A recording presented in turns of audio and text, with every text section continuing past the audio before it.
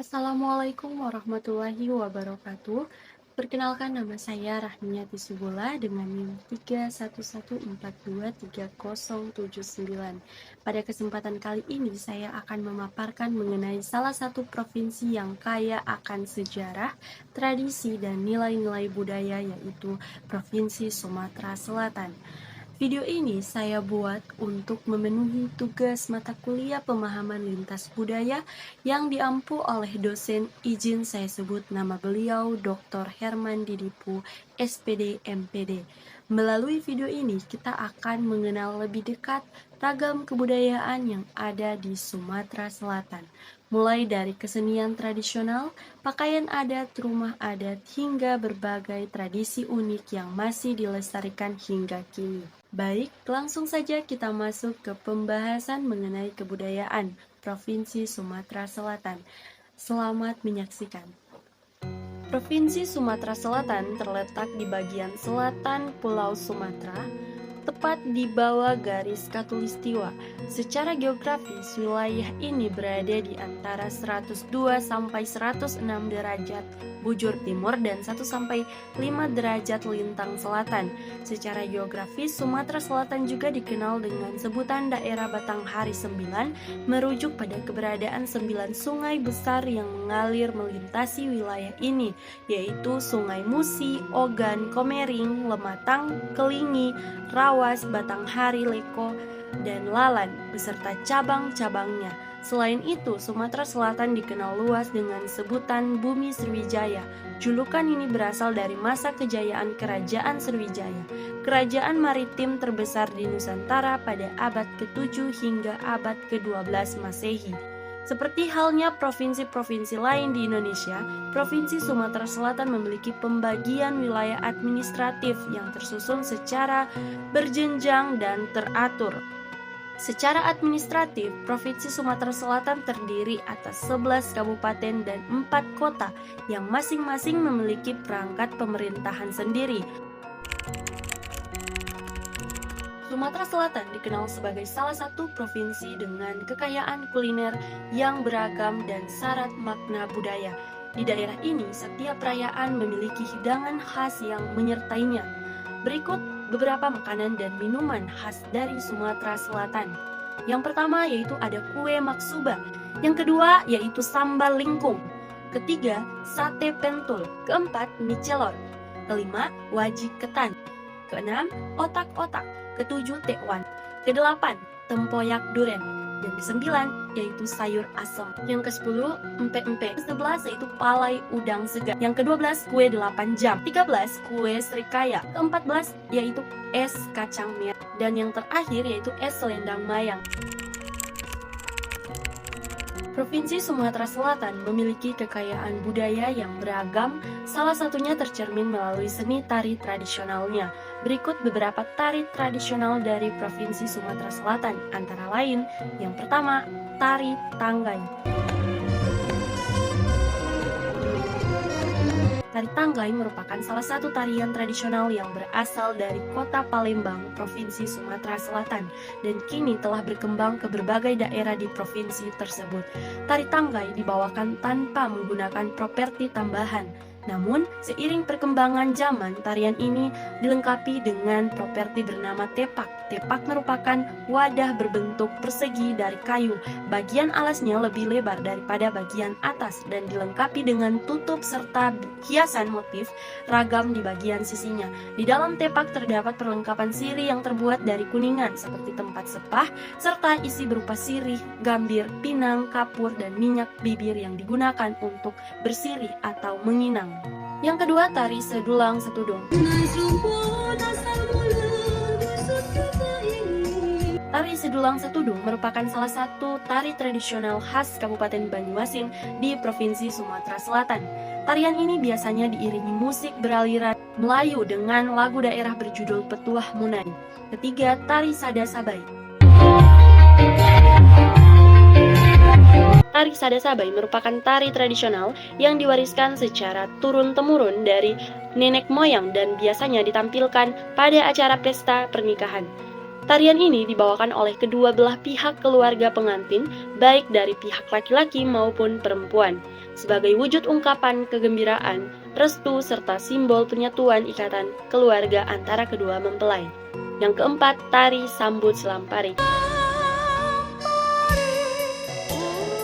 Tari sambut selampari merupakan tari tradisional yang berasal dari Kabupaten Musirawas. Tarian ini memiliki makna sebagai bentuk penyambutan tamu kehormatan yang datang ke daerah tersebut. Dalam pertunjukannya, para penari menggunakan properti berupa tepak yang berisi kelengkapan kapur sirih sebagai simbol penghormatan kepada tamu istimewa. Dan yang kelima, tari Putri Bakusek. Tari Putri Bakusek merupakan salah satu tari tradisional yang berasal dari daerah Ogan Komering Ulu atau Oku, Provinsi Sumatera Selatan. Kata Bakusek memiliki makna bermain, sehingga tarian ini menggambarkan sekelompok putri yang sedang bermain dengan ceria. Dan yang keenam, teater Dul Muluk. Dari kesenian tradisional Dul Muluk mempersembahkan sebuah cerita berjudul Teater Dul Muluk merupakan salah satu kesenian tradisional khas Palembang yang telah memiliki struktur pertunjukan tersendiri. Struktur pertunjukan Dul Muluk terbagi menjadi beberapa bagian, yakni ritual sebelum pementasan kisah atau narasi, barmas, salam penghormatan pembuka, pertunjukan inti Dul Muluk, dan bermas atau salam penghormatan penutup. Provinsi Sumatera Selatan memiliki beragam suku dan budaya. Salah satu keberagaman budaya yaitu pakaian adat. Berikut beberapa pakaian adat Sumatera Selatan. Yang pertama yaitu pakaian adat Aesan Gede dan Pak Sangkong. Di Provinsi Sumatera Selatan, khususnya di Kota Palembang, terdapat dua jenis pakaian adat yang sangat terkenal, yaitu Aesan Gede dan Pak Sangkong. Aesan Gede menggambarkan lambang kesabaran dan kebesaran hati. Busana ini umumnya didominasi oleh warna merah jambu yang dipadukan dengan warna keemasan, menampilkan kesan anggun, mewah, dan berwibawa. Sementara itu, Pak Sangkong diperuntukkan bagi pengantin perempuan dengan model yang tertutup dan sopan, selaras dengan nilai-nilai syariat Islam yang dipegang kuat oleh masyarakat Palembang. Kedua busana ini merupakan pasangan pakaian pengantin tradisional yang selalu dikenakan dalam upacara atau resepsi pernikahan adat Palembang. Yang kedua yaitu pakaian adat Sekayu. Pakaian adat Sekayu merupakan salah satu warisan budaya yang lahir dari daerah Musi Banyuasin atau Muba, Sumatera Selatan, dan hingga kini tetap menjadi kebanggaan masyarakat setempat. Pakaian adat Sekayu memiliki perbedaan mencolok antara busana pria dan wanita. Pada busana pria, bagian pakaian dihiasi aksesoris logam emas yang menambah kesan gagah dan berwibawa. Sementara itu, busana wanita tampak lebih anggun dan kaya akan hiasan. Bagian kepala dihiasi mahkota serta konde dari emas, sedangkan tubuhnya dipenuhi kalung, gelang, dan perhiasan lainnya yang memperindah penampilan. Yang ketiga, pakaian adat kebesaran di masa Kesultanan Palembang. Pakaian ini merupakan busana kebesaran yang digunakan oleh raja dan para pejabat tinggi kerajaan seperti Menteri tingkat 1 dan Menteri tingkat 2 pada masa Kesultanan Palembang hingga sekitar tahun 1850. Pada masa itu, kebiasaan mengenakan penutup kepala merupakan hal yang umum bagi kaum laki-laki. Penutup kepala yang menjadi bagian penting dari pakaian kebesaran raja dan para menteri di Kesultanan Palembang dikenal dengan sebutan tanjak. Tanjak ini memiliki 3 jenis, yaitu tanjak kepudang, tanjak maler, dan tanjak bela mumbang. Tanjak kepudang biasanya dibuat dari kain tenun khas Palembang yang halus dan indah, sedangkan tanjak maler menggunakan kain tenun tradisional yang diperadan atau dihias dengan cara khusus. Adapun tanjak bela mumbang juga dibuat dari bahan kain batik atau kain tenun Palembang yang berkualitas tinggi. Tanjak bela mumbang merupakan penutup kepala khusus yang hanya digunakan oleh Pangeran Natodirajo beserta keturunannya. Setiap jenis tanjak memiliki bentuk dan corak tersendiri yang menunjukkan status serta kedudukan pemakaiannya dalam lingkungan kerajaan. Provinsi Sumatera Selatan memiliki kekayaan budaya yang beragam. Salah satunya tercermin melalui bentuk rumah adatnya. Yang pertama ada Rumah Ogan Komering Ulu. Seperti halnya kota-kota lain di Indonesia yang memiliki kekayaan budaya yang beragam, Kabupaten Ogan Komering Ulu juga menyimpan warisan sejarah dan budaya yang menakjubkan. Salah satu bentuk peninggalan budaya yang penting dalam bidang arsitektur adalah Rumah Ulu. Rumah ulu umumnya dibangun di atas tiang-tiang kayu. Hal ini berfungsi sebagai perlindungan bagi penghuni rumah agar terhindar dari gangguan binatang buas dan bahaya banjir. Yang kedua, ada Rumah Musi Banyuasin. Rumah tradisional Limas merupakan salah satu rumah adat yang paling terkenal di Palembang. Rumah ini dikenal karena keindahan corak, bentuk, serta kekayaan seni ukir yang menghiasi hampir seluruh bagiannya. Ciri khas yang membuat rumah limas menonjol ialah kombinasi antara bentuk bangunan yang megah, ukiran yang padat dengan nilai estetika tinggi, serta penggunaan warna perado emas yang dahulu didatangkan langsung dari negeri Siam. Yang ketiga yaitu rumah adat Kabupaten Lahat atau Bahri. Rumah adat masyarakat Lahat dikenal dengan sebutan rumah Bahri. Rumah ini memiliki keunikan tersendiri dalam bentuk dan konstruksinya. Rumah Bahri merupakan rumah panggung dengan atap yang terbuat dari piabung atau glupai. Bentuknya menyerupai atap rumah adat Minangkabau di Sumatera Barat. Bahan utama pembangunan rumah ini umumnya menggunakan kayu jenis medang darian atau cemara yang terkenal kuat dan dapat bertahan hingga ratusan tahun. Dan yang keempat yaitu ada rumah adat Ogan Komering Ilir. Rumah ini dikenal juga sebagai rumah pesirah, yaitu rumah milik pejabat adat atau tokoh penting pada masa lampau. Nama rumah 100 tiang diberikan karena bangunan ini disanggah oleh 104 tiang kayu kelempate yang berbentuk balok bulat dan menjadi penopang utama bangunan induknya. Selanjutnya, alat musik tradisional Provinsi Sumatera Selatan. Alat musik tradisional memiliki nilai budaya yang tinggi dan telah menjadi bagian yang tidak terpisahkan dari kehidupan masyarakat sejak dahulu kala. Berikut ini beberapa alat musik tradisional dari Provinsi Sumatera Selatan. Yang pertama ada kromong. Kromong ini merupakan alat musik yang berasal dari wilayah Musirawas dan Muara Enim. Bentuknya menyerupai bonang terdiri atas 10 buah gong kecil yang dibuat dari bahan perunggu atau kuningan. Gonggong tersebut disusun rapi dalam 2 deretan dan diletakkan pada sebuah wadah atau rak yang terbuat dari kayu. Yang kedua, ada kenong. Kenong merupakan alat musik tradisional yang berasal dari daerah Tanjung Sakti, Provinsi Sumatera Selatan. Alat musik ini digolongkan sebagai instrumen berpencu. Kenong dibuat dari bahan tembaga dengan bentuk bundar dan bagian tengahnya menonjol. Yang ketiga, ada kulintang. Kulintang merupakan salah satu alat musik tradisional yang berasal dari daerah Martapura. Alat musik ini, yang juga dikenal dengan sebutan kolintang, tersusun dari deretan gonggong kecil yang disusun secara mendatar. Yang keempat, ada gitar tunggal. Gitar tunggal merupakan salah satu alat musik tradisional yang berasal dari Provinsi Sumatera Selatan. Alat musik ini sering disebut juga dengan istilah tembang Batanghari 9. Irama yang dihasilkan berasal dari petikan gitar akustik yang dimainkan secara khas oleh masyarakat setempat. Yang kelima, serdam. Serdam merupakan satu-satunya alat musik tiup khas Sumatera Selatan yang cukup dikenal.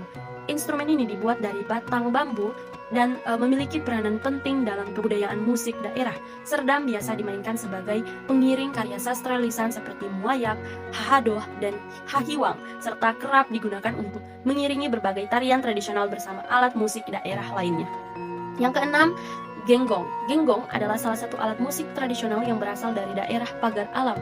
Instrumen ini dikenal karena bunyinya yang lembut dan indah, menyerupai suara harmonika. Yang ketujuh, terembangan atau rebana.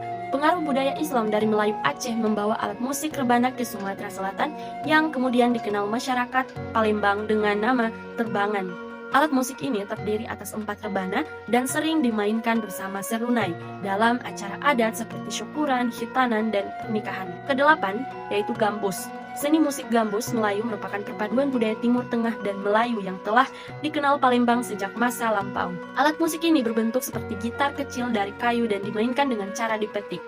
Kesembilan, yaitu ada gong.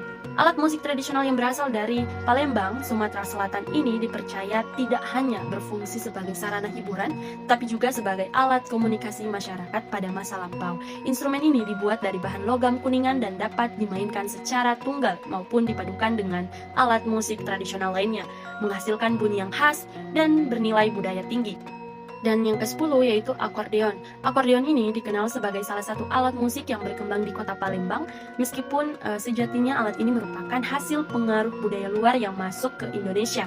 Bentuk menyerupai piano karena memiliki deretan tuts berwarna hitam dan putih, namun cara memainkannya berbeda. Jika piano dimainkan dengan menekan tuts di atas papan nada, maka akordeon dimainkan dengan menekan tuts sambil menggerakkan bagian lipatannya menghasilkan suara. Tradisi mencerminkan nilai-nilai luhur, norma sosial, dan identitas suatu kelompok masyarakat yang diwariskan dari generasi ke generasi. Berikut beberapa ritual atau tradisi yang masih dilestarikan di Provinsi Sumatera Selatan. Yang pertama yaitu pemberian gelar adat suku Komering. Di daerah Gumawang, tradisi adat yang dianggap sakral ialah pemberian gelar adat dalam upacara perkawinan. Prosesi ini menggunakan simbol-simbol adat yang syarat makna dan dilakukan oleh pemangku adat setempat kepada kedua mempelai.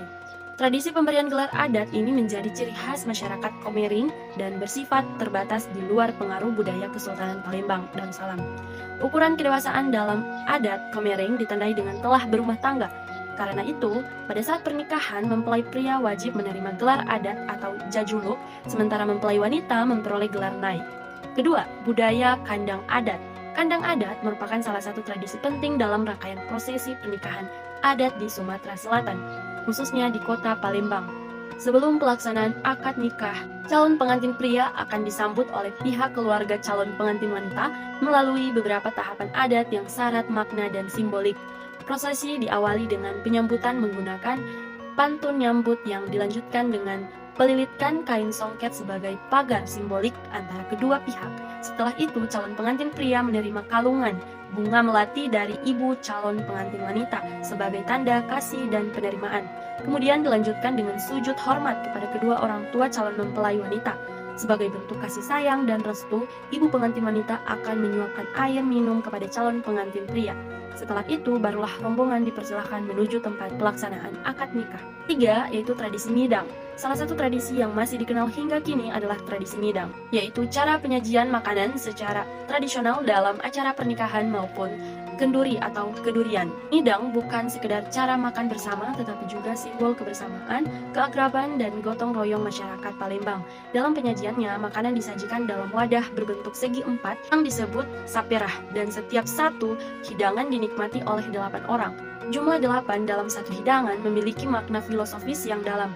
Angka tersebut diartikan sebagai pembagian waktu sehari semalam, yakni 24 jam yang terbagi menjadi 3 bagian, 8 jam untuk beribadah, 8 jam untuk bekerja, dan 8 jam untuk beristirahat. Dengan demikian, tradisi ini tidak hanya menonjolkan kebersamaan sosial, tetapi juga mengandung nilai-nilai keseimbangan hidup sebagaimana diajarkan dalam Islam. Yang keempat yaitu tradisi nyirih. Beberapa tradisi di Provinsi Sumatera Selatan masih mempertahankan unsur adat yang kaya makna simbolik, salah satunya ialah tradisi sedekah punjung kuning. Dalam pelaksanaannya terdapat tahapan yang disebut nyirih atau kegiatan memakan sirih. Pada prosesi ini, sirih disajikan bersama pelengkapnya seperti gambir kering, kapur secukupnya, dan buah pinang yang telah matang. Yang kelima, tradisi lelang lebak lebung dan bekarang iwa. Tradisi lebak lebung menjadi salah satu bentuk kearifan lokal masyarakat Sumatera Selatan yang hingga kini masih dilestarikan. Tradisi ini memiliki makna dan tujuan yang berkaitan erat dengan pelestarian sungai sebagai sumber kehidupan masyarakat. Dalam pelaksanaan bekarang iwa, masyarakat akan berkumpul dan menikmati hasil tangkapan ikan secara bersama-sama sebagai bentuk rasa syukur dan perayaan. Yang keenam yaitu tradisi malam likuran. Malam likuran yaitu malam-malam ganjil menjelang akhir Ramadan, memiliki makna khusus bagi masyarakat Desa Sungsang, Kecamatan Banyuasin II, Kabupaten Banyuasin, Sumatera Selatan. Pada malam ke-21, ke-23, dan ke-25 Ramadan, warga melaksanakan tradisi antaran-antaran, yaitu saling mengantar kue dan ketupat sebagai wujud silaturahmi dan kebersamaan. Tradisi ini biasanya dilakukan pada siang hingga menjelang waktu berbuka puasa. Jenis makanan yang diantarkan beragam, seperti kue sekaya, nasi ketan, pempek, agar-agar, ketupat, dan sayurnya. Tujuan tradisi ini adalah mempererat hubungan antar warga. Pada malam hari, suasana semakin semarak karena rumah-rumah dihiasi lampu warna-warni dan daun nipah hijau sebagai dekorasi khas. Yang ketujuh yaitu tradisi Pantauan Raya. Masyarakat Basemah di kota Pengaralan memiliki tradisi Pantauan Raya setiap Idul Fitri. Tradisi ini dilakukan setelah salat di masjid, di mana setiap keluarga membawa nampan berisi makanan untuk dimakan bersama. Kegiatan ini menjadi simbol kebersamaan dan silaturahmi antar warga. Selanjutnya ada nyanyian atau lagu tradisional Provinsi Sumatera Selatan. Yang pertama yaitu nyanyian Sardondon. Assalamualaikum. Sardondon ini merupakan salah satu bentuk kebudayaan lisan yang disampaikan melalui syair-syair bernada indah. Tujuan dari pelaksanaan Sardondon bukan sekedar hiburan, tetapi juga sebagai bagian dari tradisi dan wujud penghormatan terhadap adat setempat. Setiap kali masyarakat membangun rumah, prosesi budaya ini selalu dilakukan sebagai bentuk pelestarian warisan leluhur. Oleh karena itu, pewarisan budaya Sardondon dianggap penting agar tidak hilang di telan zaman. Yang kedua, lagu Dek Sengke.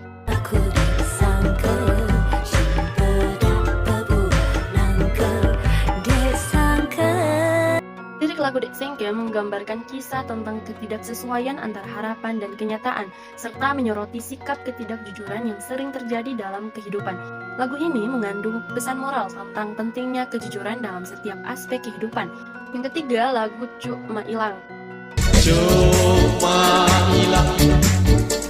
hilang jaga batu. Lirik lagu Cuma Hilang memiliki daya tarik tersendiri karena jelas menampilkan konsep pantun di dalamnya. Lagu daerah ini memiliki makna yang dalam karena mengandung ajaran tentang etika pergaulan, terutama bagi kalangan muda. Selanjutnya, cerita rakyat Provinsi Sumatera Selatan. Yang pertama ada cerita Raden Keling.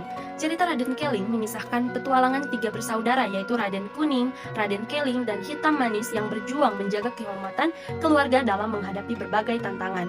Mereka diutus untuk mencari calon menantu dan meminang putri Sinaran Bulan. Namun, perjalanan mereka penuh rintangan, termasuk kehilangan harta akibat berjudi dan terpaksa hidup melarat di hutan. Cerita ini menonjolkan nilai keberanian, kesetiaan, kecerdikan, tanggung jawab keluarga, dan kearifan lokal dalam menghadapi cobaan hidup. Yang kedua, ada cerita Bujang Kurap. Cerita Bujang Kurap mengisahkan seorang pemuda berpenyakit kulit yang sering diejek warga desanya. Namun, dengan tekad dan kesabaran, ia mencari pertolongan orang sakti bernama Tapak Libok yang menyembuhkannya dan memberinya ilmu khusus. Dengan ilmu itu, Bujang Kurap mengikuti sayembara di kerajaan Pulau Bangka, berhasil mencabut pohon raksasa dan menikah dengan putri raja. Cerita ini menggambarkan nilai kesabaran, keteguhan hati, keberanian, usaha, dan penghargaan terhadap kemampuan serta kebaikan seseorang, bukan berdasarkan penampilan luar. Ketiga, cerita Raden Alit. Cerita Raden Alit mengisahkan seorang putra raja yang memiliki kesaktian dan kecerdikan luar biasa sejak kecil. Ia menunjukkan keberanian dan kebijaksanaan dalam menyelamatkan kakaknya, Putri Solodiang Kuning, dari penculikan Mambang Kurong dan Mambang Kuning dengan bantuan Dewa Timbangan. Cerita ini menggambarkan sosok pahlawan sakti, bijak, dan berani dalam melindungi keluarga serta menegakkan kebenaran. Yang keempat, cerita Bujang Remalun. Cerita Bujang Remalun mengisahkan pemuda yang meninggalkan saat menolong warga dan rohnya menjemput tunangannya, Putri Kendun. Karena sihir seorang nenek, ia berubah menjadi gambir dan bersembunyi di pondok. Dengan kesetiaan dan kecerdikan, Putri Kendun menemukan dan menyadarkan Bujang Remalun hingga kembali menjadi manusia. Cerita ini menggambarkan cinta sejati dan perjuangan untuk bersatu kembali meski terhalang kekuatan gaib. Kelima, cerita Matripat Lanang. Cerita Matripat Lanang mengisahkan pendekar sakti dari Palembang yang berani dan cerdik dalam menaklukkan musuh. Atas perintah Sunan, ia menghadapi serumpu kumbang dengan strategi licik melalui pesta palsu hingga berhasil menipunya dan mengalahkannya di laut. Kesaktiannya tampak dari kemampuannya menggerakkan benda-benda serta mengguncang laut. Setelah menang, Matripat menetapkan tanda-tanda alam yang berpengaruh pada hasil pertanian masyarakat sekitarnya. Provinsi Sumatera Selatan merupakan salah satu daerah yang memiliki keragaman budaya yang kaya. Budaya ini menjadi salah satu daya tarik unik bagi wisatawan, baik domestik maupun mancanegara. Berikut beberapa kerajinan tangan khas yang berasal dari Provinsi Sumatera Selatan. Yang pertama ada kerajinan tangan bahan keras atau ukiran kayu. Kota Palembang terkenal dengan kerajinan tangan berbahan kayu keras, yaitu ukiran kayu Palembang, yang menggunakan kayu alami sebagai bahan utama. Beberapa jenis kayu yang biasa dipakai antara lain medang, merawan, sungkai, ulin, dan tembesu. Dengan kayu tembesu menjadi yang paling sering digunakan oleh para pengrajin. Yang kedua yaitu kain songket Palembang. Kain songket merupakan salah satu kerajinan tangan Sumatera Selatan yang telah dikenal sejak masa Kesatuan Sriwijaya. Motif kain songket dikelompokkan menjadi 3 jenis, yaitu geometris, tumbuhan, dan kombinasi. Masing-masing memiliki makna simbolik. Yang ketiga, kain jumputan. Kain jumputan yang juga dikenal sebagai kain pelangi atau kain celup ikat merupakan kerajinan tekstil tradisional yang berkembang di Palembang. Kain jumputan Palembang memiliki warna yang lebih terang dengan pewarna berulang dan motif yang padat. Kain ini banyak digunakan dalam acara adat seperti pernikahan, tari tradisional, dan kegiatan keluarga. Selanjutnya, pariwisata di Provinsi Sumatera Selatan. Pariwisata di daerah Sumatera Selatan sangat potensial untuk dikembangkan. Daerah ini memiliki objek wisata yang beraneka ragam, baik wisata alam, sejarah, maupun budaya. Pariwisata Sumatera Selatan juga memiliki beberapa ikon bangunan, kawasan yang bersejarah dan dapat dikunjungi, antara lain, yang pertama Sungai Musi. Sungai Musi sepanjang 460 km di Sumatera Selatan memiliki 8 anak sungai dan dijuluki negeri Batanghari 9. Asal-usul namanya belum pasti, namun diduga terkait India atau bahasa daerah. Sungai ini juga menjadi lokasi perayaan dan wisata, menjadikannya ikon penting Provinsi Sumatera Selatan. Yang kedua yaitu Jembatan Ampera. Jembatan Ampera adalah jembatan yang membentang di atas Sungai Musi di kota Palembang, Sumatera Selatan, yang menjadi penghubung antara wilayah seberang Ulu dan seberang Ilir, serta menjadi ikon kebanggaan masyarakat Palembang. Yang ketiga yaitu Masjid Agung Baharudin Palembang. Masjid Agung Palembang adalah masjid bersejarah peninggalan Kesultanan Palembang yang terletak di pusat kota. Masjid ini didirikan oleh Sultan Mahmud Baharudin I pada tahun 1738 sampai 1748. Yang keempat yaitu Benteng Kuto Besak. Benteng Kuto Besak adalah benteng bersejarah peninggalan Kesultanan Palembang yang dibangun atas prakarsa Sultan Mahmud Baharudin I dengan melibatkan tenaga kerja dari kalangan Tionghoa. Kuto Besak menjadi simbol kebanggaan masyarakat Palembang karena dibangun dengan biaya sendiri oleh Kesultanan tanpa menggunakan nama tokoh Eropa. Yang kelima yaitu makam Ki Ranggo Wirosentiko. Makam Ranggo Wirosentiko adalah kompleks pemakaman bersejarah di Palembang yang menjadi tempat peristirahatan Ki Ranggo Wirosentiko, tokoh penting Kesultanan Palembang Darussalam. Ia berperan besar dalam pembangunan kota dan sistem pertahanan kesultanan. Yang keenam, Pulau Kemaro. Pulau Kemaro adalah sebuah pulau di tengah Sungai Musi yang dikenal sebagai pulau yang tidak pernah tergenang air. Pulau ini terkenal dengan legenda cinta Siti Fatimah, putri Raja Palembang, dan Tan Bun An, putra Raja Tiongkok. Kini Pulau Kemaro menjadi situs budaya dan wisata religi dengan adanya kelenteng Buddha yang sering dikunjungi, terutama saat perayaan Cap Gomeh, serta menjadi salah satu ikon wisata bersejarah di Palembang. Yang ketujuh yaitu Bandara Internasional Sultan Mahmud Baharudin II di Palembang. Bandara Sultan Mahmud Baharudin II merupakan pengganti Bandara Talang Betutu yang awalnya berfungsi sebagai bandara militer sebelum dialih fungsikan menjadi bandara komersial. Terletak di Palembang, Sumatera Selatan, bandara ini dikelola oleh PT Angkasa Pura II dan menonjolkan arsitektur khas budaya Palembang. 8 yaitu Bandara Silampari di Lubuk Linggau. Bandara Udara Silampari adalah bandara yang terletak di Lubuk Linggau, Sumatera Selatan, dan berstatus sebagai bandara kelas 3 di bawah pengelolaan Direktur Jenderal Perhubungan Udara. Selanjutnya, senjata atau alat perang tradisional di Provinsi Sumatera Selatan. Di Sumatera Selatan terdapat berbagai jenis senjata tradisional yang terkenal, antara lain keris Palembang, siwar atau sewar, skin, tombak, trisula, kujur, kudok, dan kelewang. Setiap senjata tidak hanya berfungsi sebagai alat perang, tetapi juga menjadi lambang budaya dan warisan sejarah masyarakat setempat. Selanjutnya, permainan rakyat di Provinsi Sumatera Selatan. Yang pertama yaitu permainan sambung kaki. Sambung kaki adalah permainan tradisional dari Sumatera Selatan yang menggunakan 2 batang bambu sebagai penyambung kaki. Awalnya digunakan petani untuk melintasi hutan. Permainan ini kemudian menjadi hiburan rakyat yang mencerminkan kreativitas dan kearifan lokal masyarakat setempat. Yang kedua yaitu permainan pungut dakocan. Dakocan adalah permainan tradisional Palembang yang mirip dengan jelentik di Bangka. Permainan ini melatih kemampuan berhitung, ketelitian, dan keterampilan tangan anak-anak. Dalam permainan, pemain membidik dakocan lain dengan dakocannya sendiri, di mana setiap dakocan memiliki nilai berbeda sesuai ukurannya.